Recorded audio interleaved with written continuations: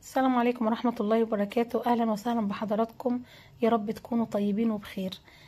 في سؤال بيطرح نفسه الفترة دي وناس كتير جدا بتسأله. السؤال ده بيقول: واحنا ليه بندعي وللأسف مفيش استجابة؟ ليه بنقول على حاجات كتير جدا وللأسف ما بتحصلش؟ تعال أقولك على غلطة كبيرة جدا احنا بنعملها واحنا مش واخدين بالنا. بصوا يا جماعة، احنا دايما لما بنيجي ندعي واحنا بنطلب كده من ربنا، للأسف الشديد في ناس بتشك في نفس اللحظة. ازاي؟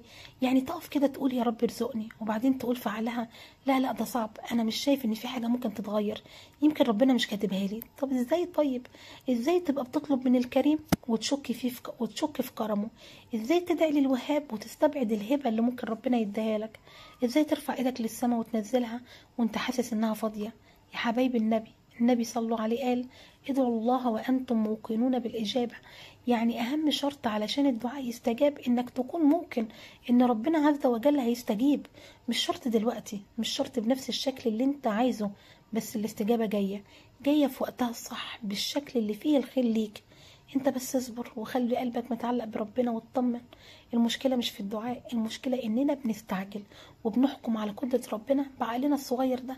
خلي عندك يقين دايما انك لو ادعيت ربنا سبحانه وتعالى هيستجاب. لو قلت امين من قلبك، اعرف ان دلوقتي السماء اتفتحت، اعرف ان ربنا سامع وشايف وبيجهزك للاحسن. اللهم يا سامع الدعاء، يا من لا يعجزك شيئا في الارض ولا في السماء، ارزقنا يقين ما بعده شك وصبر ما بعده جزع. اللهم ثبتنا على طاعتك يا رب، املأ قلوبنا ثقة فيك ورضا بقضائك. اللهم افتح لنا أبواب رحمتك، اللهم اكتب لنا من فضلك ما يفرح قلوبنا عاجلا غير آجلا يا رب العالمين. اللهم أمين.